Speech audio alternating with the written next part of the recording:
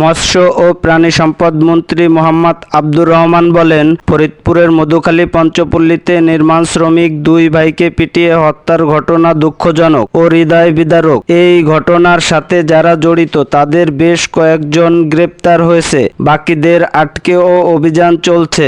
এই বাংলার মাটিতে দোষীদের দৃষ্টান্তমূলক শাস্তি কার্যকর করা হবে, যা দেখে আগামীতে কেউ এমন অপরাধ করার সাহস পাবে না। ফরিদপুরের মধুখালীর পঞ্চপল্লীতে গণপিটুনিতে নিহত দুই নির্মাণ শ্রমিকের বাড়িতে গিয়ে পরিবারের সদস্যদের প্রতি সমবেদনা এবং আর্থিক সহায়তা দিয়েছেন হেফাজতে ইসলামের নেতারা। ফরিদপুরের মধুখালী দুই ভাইকে পিটিয়ে হত্যার ঘটনায় দায়ের হওয়া মামলায় 12 জনকে গ্রেপ্তার করেছে পুলিশ। ফরিদপুরের মধুখালীর বালিয়াকান্দি পঞ্চপল্লীর কালী মন্দিরে আগুনকে কেন্দ্র করে শ্রমিকদের পিটিয়ে হত্যার ঘটনায় পরিস্থিতি নিয়ন্ত্রণে 4 platoon border guard Bangladesh BGB মোতায়েন করা হয়েছে। দুই সন্তানের লাশ দেখে মায়ের আহাজারি কান্না। আমি বলছিলাম যে বাবা তোমরা চলে আসো, বললো যে আমার ওই কন্ট্রাক্টর কাকার কাছে বলে দাও আমরা যাতে চলে যাই।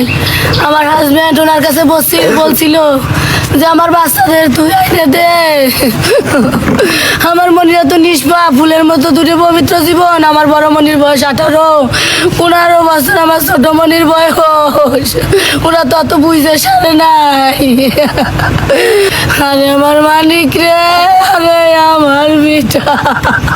12টার দিক খবর পাইছি আমার মনিরা হসপিটালে। পিটন ভাই ফোন দিয়ে বলছে। আমি 12টার দিক মধুখালী হসপিটালে গেছি। আমার হাজব্যান্ড আমি নসিমন নিয়ে আমার মনিকে পাই নেই।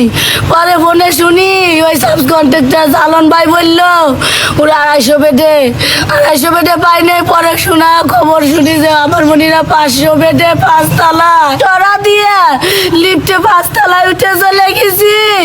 দেখি আমার দুই সন্তান 2 স্থলে পাশাপাশি। আমার মনিরা ঘুমাই রয়েছে। আমার মনিকের আমার ছোট মনির মুখ পুরায়, আমার মনির সিনার কাদা নাই, আমার বড় মনির মাথায় কারিক নেই।